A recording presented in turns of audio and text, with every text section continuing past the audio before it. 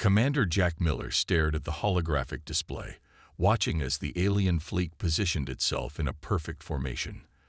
The Corvani's military doctrine hadn't changed in 3,000 years. Geometric precision, overwhelming numbers, and technological superiority. They had no reason to innovate. Their tactics had conquered 17 star systems. Jack wasn't impressed. Born in the highlands of Scotland on Earth, he had spent his youth studying historical battles. From Alexander's flanking maneuvers at Gaugamela to the guerrilla tactics that had defeated technologically superior forces throughout human history. "They're doing it again," Lieutenant Davis remarked, pointing at the display. "Standard Corvani pincer formation. Our analysts give us a 12% survival probability." Jack smiled. Those analysts are using Corvani tactical models. When humanity had joined the Galactic Alliance 15 years ago, their military contributions had been dismissed. Human ships were smaller, less advanced, and fewer in number. What the Corvani and other elder races hadn't counted on was humanity's adaptive nature, born from millennia of fighting each other. "Prepare the fleet for Thermopylae Protocol," Jack ordered. The bridge crew exchanged confused glances. "Sir, that's a defensive posture." "Command expects us to retreat," Davis objected. "The Corvani expect that too," Jack replied.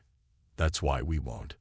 Jack had risen through the ranks, not through political connections, as was common in the hierarchical Corvani military, but through a series of unorthodox victories. His tactics were considered reckless by Galactic Alliance standards, but effective. Too effective to ignore.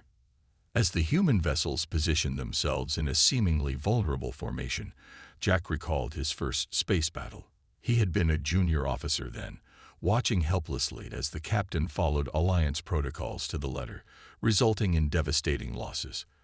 That day, Jack had vowed to bring humanity's unique military heritage to the stars. "Narrow band transmission to all ships," Jack commanded. "Execute flanking maneuver on my mark." The Corvani commander, observing from his flagship, would see only weakness, a desperate defensive posture from an outmatched human fleet. What he couldn't see was the subtle repositioning of Jack's reserves, the calculated vulnerability in their formation. "Sir, the Corvani are committing their reserves," Davis reported, tension evident in his voice. Jack nodded. "They always do when they sense weakness." Mark. What followed was a maneuver that would later be studied in military academies across the galaxy. The human fleet executed a complex three-dimensional envelopment that had no precedent in galactic warfare. It was Cannae in space, a double envelopment adapted from a battle fought on Earth over 3,000 years ago.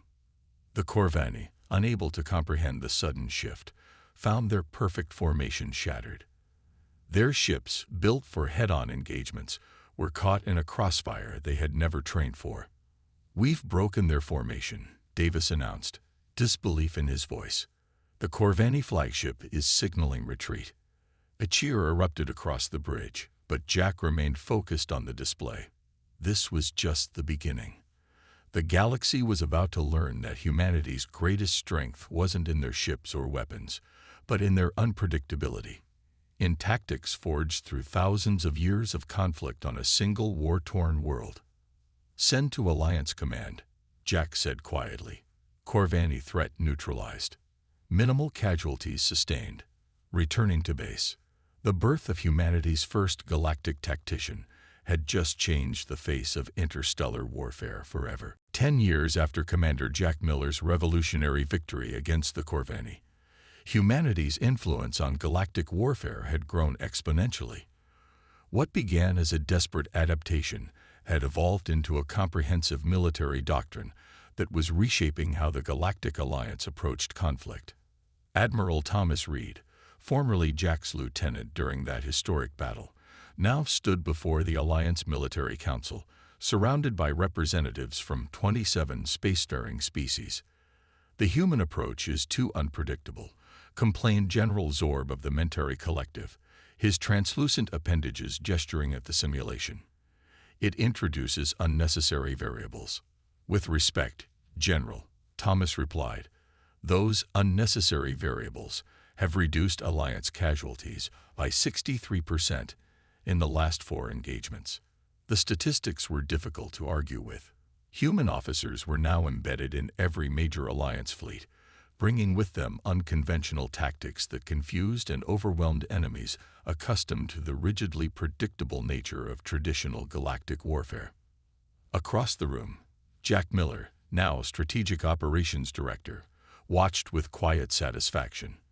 The journey hadn't been easy. For years, humanity had struggled to gain credibility among the elder races. Their ships were still technologically inferior, but their tactical innovations had become indispensable. The Regulian incursion demonstrates my point perfectly, Thomas continued, bringing up footage of a recent battle. Captain Rivera's flotilla was outgunned 3-1, yet she prevailed by employing what we call Fabian tactics, deliberate delays and avoidance of pitched battles to wear down a superior force. The alien representatives murmured among themselves. These concepts were alien to them. The idea of avoiding direct engagement contradicted thousands of years of galactic military doctrine. Back on Earth, military academies had been transformed. Ancient battles from human history were being re-examined for their application to 3-dimensional space warfare. Hannibal's encirclement at Cannae, Napoleon's central position strategy, the island-hopping campaigns of the Pacific War, all found new relevance in the void between stars. The human integration program has been expanded to all frontier fleets, Jack announced, stepping forward. Additionally, we're establishing the first joint tactical academy on Mars, where officers from all Alliance species will train together. This announcement caused an uproar.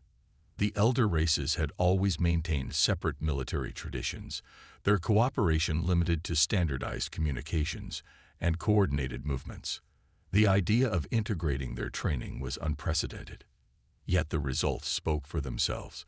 Where human tactics had been implemented, victory rates had soared. The Draven Empire, a longtime threat to Alliance borders, had recently sued for peace after a series of defeats at the hands of human-led fleets. We're not asking you to abandon your traditions, Jack explained. We're offering a synthesis, taking the best of what humanity has learned through millennia of conflict and combining it with the technological mastery of the elder races.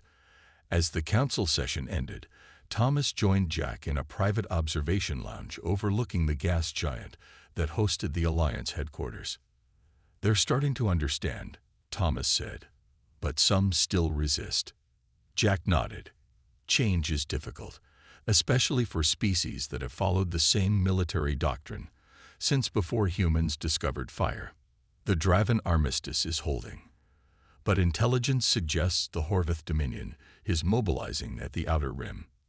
Then we'll be ready, Jack replied. Humanity has spent its history preparing for this moment. We just didn't know it. As they spoke, across Alliance space, human officers were introducing concepts that had never before been applied to space warfare. Guerrilla tactics, asymmetric warfare, psychological operations. Humanity had taken its bloody history and transformed it into the galaxy's most valuable military asset. The rise had only just begun. The galactic military archives on New Alexandria were usually quiet, a solemn repository of battle records dating back millennia. Today, however, the central hall buzzed with activity as officers from a dozen species gathered around Professor Alan West, Earth's foremost military historian. The Battle of Agincourt, Alan explained, gesturing to a holographic recreation, 1415 CE by Earth's calendar. A smaller force of English longbowmen defeated a numerically superior French army through superior positioning and exploitation of terrain. A Tellurian officer, his crystalline exoskeleton glimmering under the archive's lights, raised an appendage. But space has no terrain to exploit, Professor. Alan smiled. Doesn't it? Gravitational wells, radiation belts, dust clouds, space is full of terrain. Admiral Miller's victory at Proxima Centauri used a neutron star's radiation field exactly as King Henry used the muddy fields of Agincourt. The influence of Earth's military history on galactic warfare had become the most sought-after knowledge in Alliance space. What alien species found most fascinating wasn't just the tactics, but the context, the resourcefulness born from humanity's constant state of conflict throughout its development. In a sealed chamber deep within the archives, Jack Miller met with the Alliance Security Council. Now in his 60s, Jack had become the architect of the Alliance's military renaissance. The Horvath fleet movements suggest they've studied our recent engagements, reported Intelligence Director Laura Hayes. They're adapting. As we expected, Jack replied calmly. Adaptation is the natural response to innovation. Now we escalate to the next phase. On the table before them lay artifacts of Earth's military history, digital recreations of documents that had guided human warfare. Sun Tzu's Art of War, Clausewitz's On War, and dozens more spanning cultures and millennia. Our advantage isn't just tactical, Jack explained. It's conceptual. The Horvath are copying our maneuvers without understanding the principles behind them. The council listened intently as Jack outlined Operation Trojan Horse, a strategic deception on a scale never before attempted in galactic warfare. It would draw upon humanity's long history of military deception, from the wooden horse of Troy to the phantom armies of Operation Fortitude during World War II.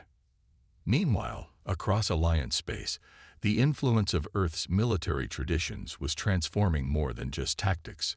Naval traditions from Earth's maritime powers were being adapted for space fleets. The concept of non-commissioned officers, so uniquely human, was revolutionizing command structures. Even military music, once considered a human curiosity, was being adopted for its psychological and morale benefits. The Corvani have requested access to Earth's military archives, Laura noted with amusement. Their request specifically mentioned something called guerrilla warfare. Jack chuckled. Granted. Let them learn about the Spanish resistance against Napoleon. Let them understand why technological superiority doesn't guarantee victory. As the meeting concluded, an alert sounded. The Horvath had launched their anticipated offensive against the Rigel outposts. The Alliance fleet, positioned according to Jack's strategy, inspired by Admiral Ninitz's Pacific campaign from the 20th century, was ready. All those wars, Jack mused as they watched the tactical display. All that bludgeoned on Earth. We thought it was our greatest shame. Now it may be our greatest contribution to the galaxy. The battles that followed demonstrated how thoroughly humanity's military past had transformed galactic warfare. Alliance ships executed a Fabian strategy of strategic withdrawal, drawing the Horvath deep into prepared killing zones. When the Horvath adapted, the Alliance shifted to a Mongol doctrine of rapid, unpredictable strikes from multiple vectors. Earth's bloody history, once seen as evidence of humanity's primitive nature, had become their most valuable export to the stars. The species that had nearly destroyed itself countless times was now teaching the galaxy how to fight more effectively and, paradoxically, more humanely. The past had become prologue. The observation deck of the Alliance flagship Endeavour offered a panoramic view of the assembled fleet, the largest military force ever gathered in the galaxy's history. 80,000 ships from 32 species, arrayed in a formation that would have been incomprehensible a generation earlier. Admiral Maria Reyes, Jack Miller's protege and successor, studied the holographic display with practiced calm. At 52, she represented the second generation of human military leadership in space, officers who had grown up with the stars as their battlefield. The swarm has broken through the Arcturus line, reported her executive officer, Commander Nix, a Veldari whose species had once been skeptical of human tactical doctrines. They're adapting faster than anticipated. As expected, Maria replied. Initiate Alexander Protocol. The name was meaningful. Alexander the Great had faced a similar challenge against enemies who adapted to his phalanx tactics. His solution had been to develop a combined arms approach that remained flexible in execution while consistent in strategic objective. The Swarm, a coalition of synthetic intelligence entities from the galaxy's outer rim, represented a threat unlike any the Alliance had faced. Unlike biological adversaries, the swarm could update its tactical algorithms instantaneously across its distributed network. Traditional military doctrines, even the innovative human approaches, were being assimilated and countered at unprecedented speeds. "The swarm is mirroring our Thermopylae deployment," Nix observed, concern evident in his multifaceted eyes. Maria nodded. "They're learning our named protocols. Time to move beyond the playbook." This was the culmination of humanity's influence on galactic warfare, not just specific tactics, but the underlying philosophy of adaptation and innovation. Maria had studied not only military history, but also the development of artificial intelligence on Earth, the evolutionary algorithms and game theory that now informed her approach to the swarm. "Execute distributed command protocol," she ordered. "All battle groups to autonomous action under strategic parameters." This represented a radical departure from traditional galactic military structures. Instead of centralized command, Maria's fleet dissolved into smaller, independent units, each empowered to make tactical decisions within a broader strategic framework.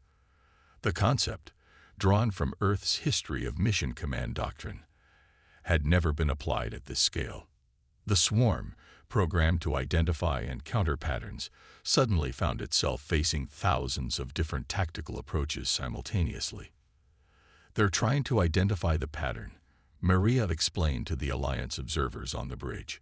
"But there isn't one. Each commander is drawing from their understanding of military principles rather than specific doctrines." On planets across Alliance space, citizens watched as the battle unfolded. The swarm's initial advantage, its ability to instantly adapt to recognized tactics, became its weakness as it struggled to process the seemingly chaotic but actually coordinated actions of the Alliance fleet. "They're retreating," Nix announced, hours later. "Swarm coherence is breaking down." A cheer erupted across the bridge, but Maria remained focused.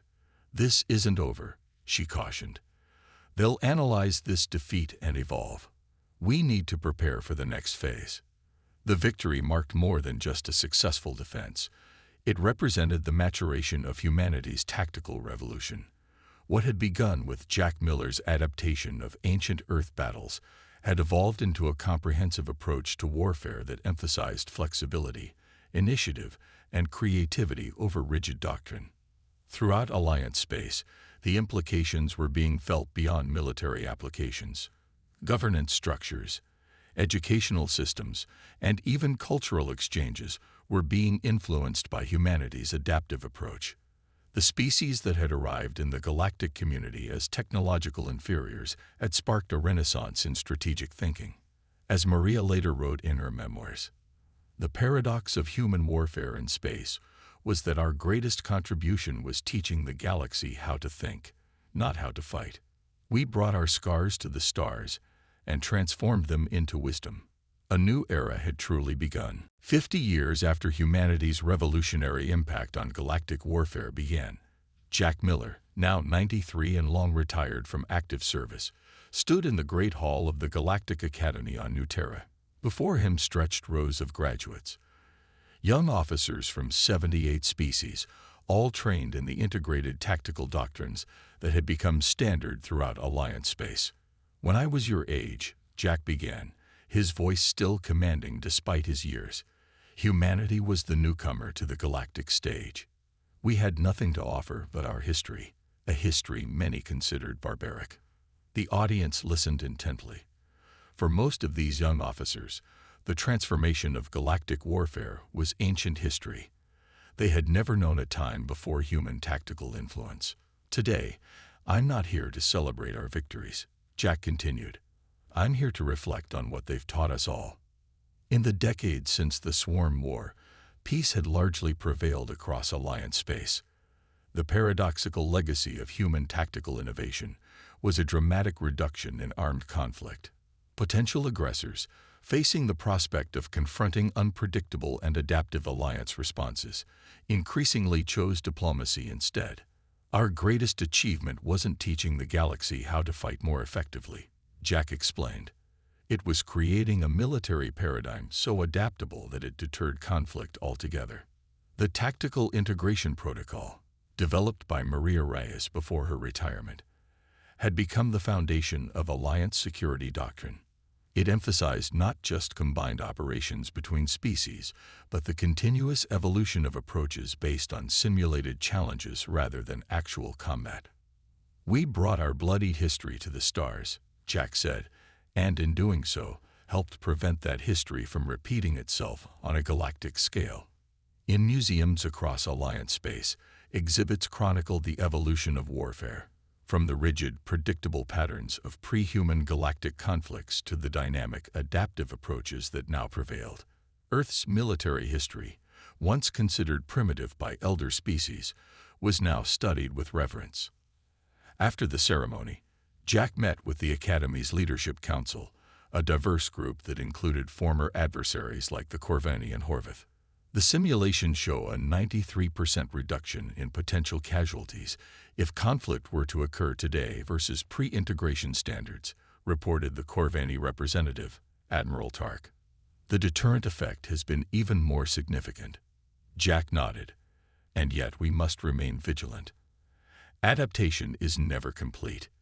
The greatest testament to humanity's influence wasn't found in battle statistics, but in the cultural transformation throughout Alliance space. Species that had maintained unchanged military traditions for millennia now embraced innovation. The concept of questioning established doctrine, so fundamentally human, had spread to governance, science, and art.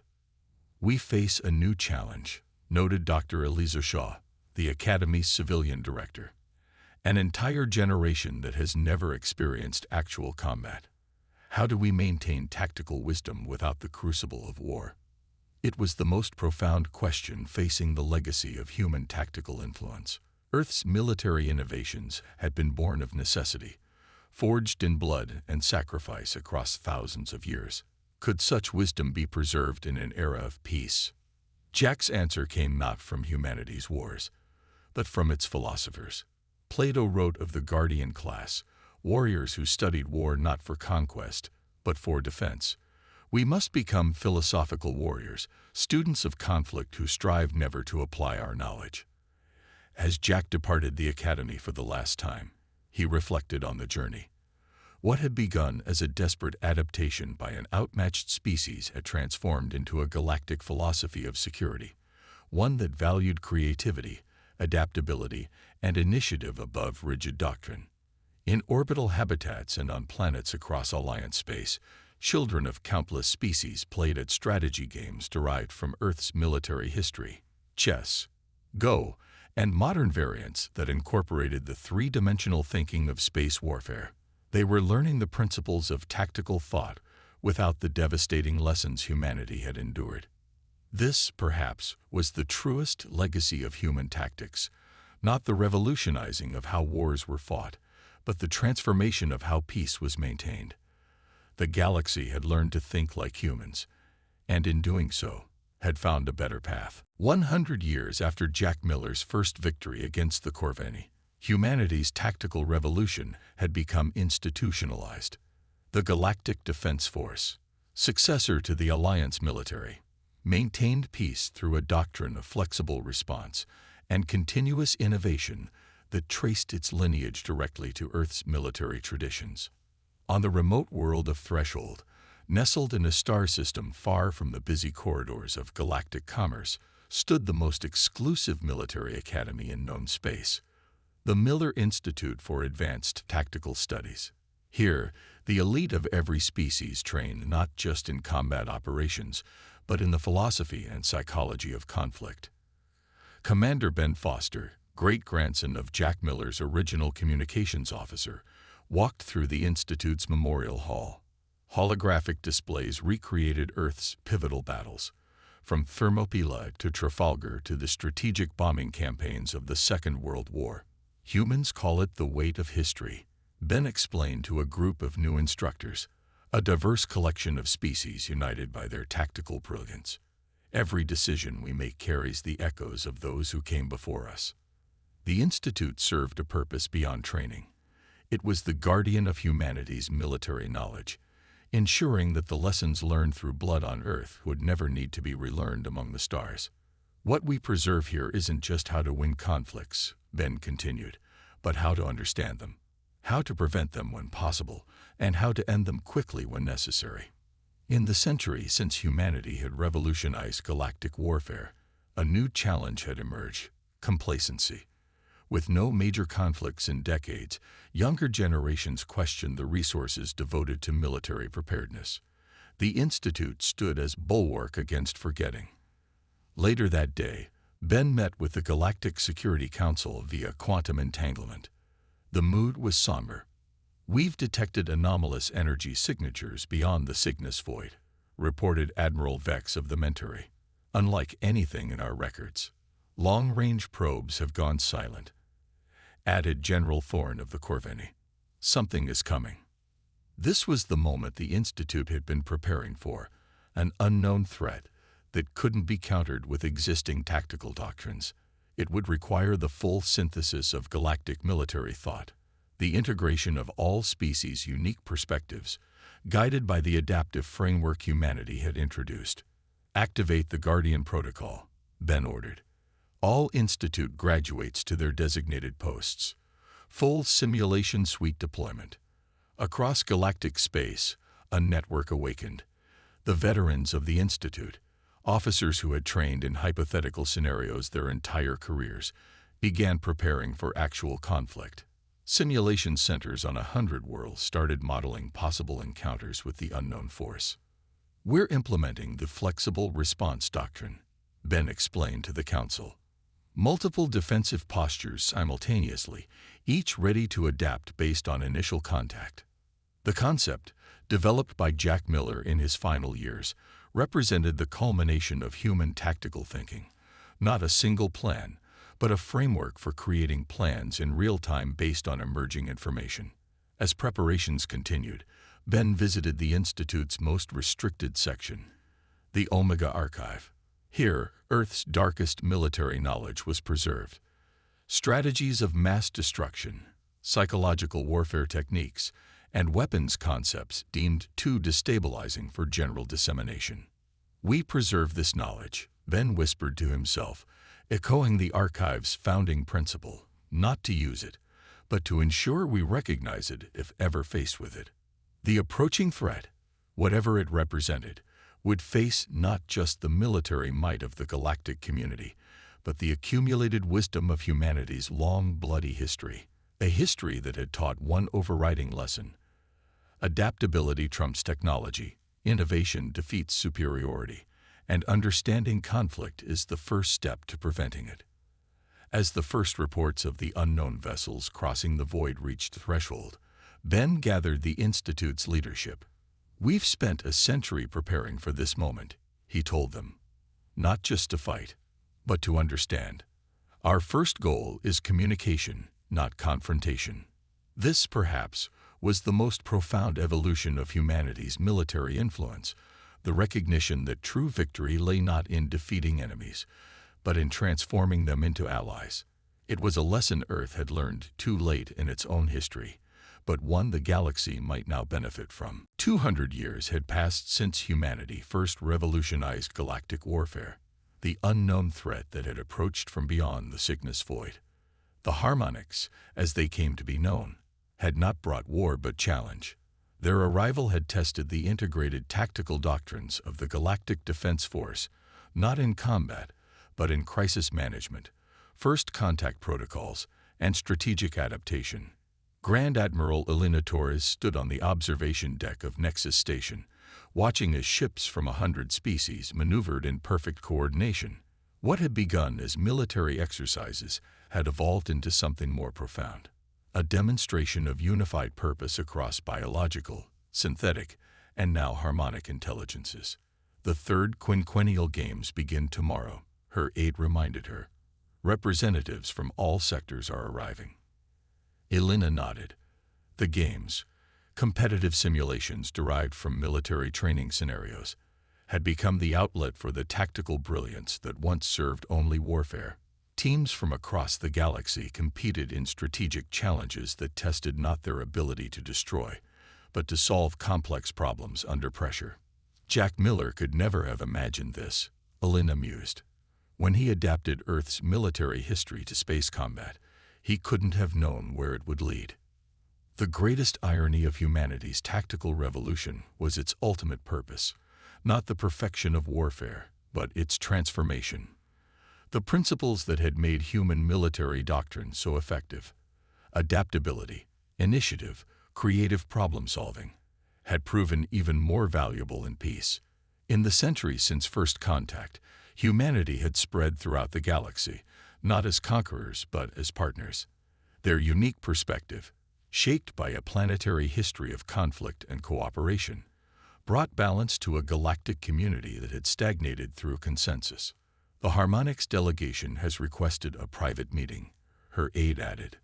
They say they've discovered something remarkable in the ancient records they brought from their home galaxy. Later, in a secure chamber deep within Nexus Station, Alina met with the Harmonic interpreter, a being composed of organized energy that communicated through modulated gravitational waves. "We have studied your species' history extensively." The interpreter's words formed directly in Alina's mind, particularly your development of tactical doctrines. "And what have you found?" Alina asked. "That you are not unique," came the surprising response. "In our home galaxy, 12 species independently developed similar approaches to conflict. All shared one characteristic: a planetary history of diverse civilizations competing and cooperating over millennia."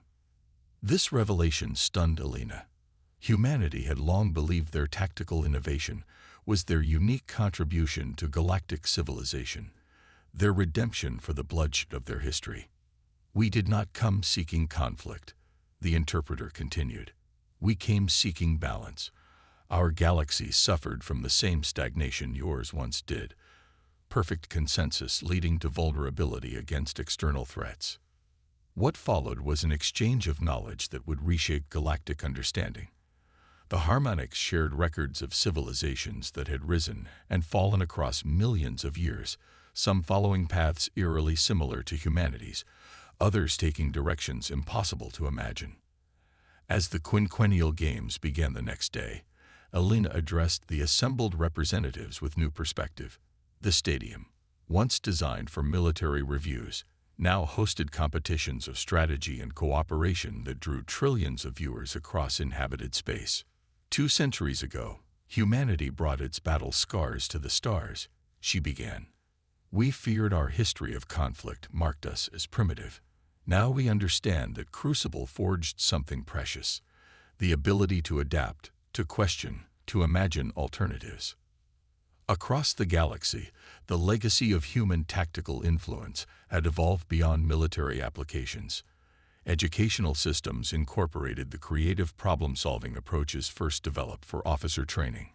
Governance structures adopted the distributed decision-making models pioneered in space warfare.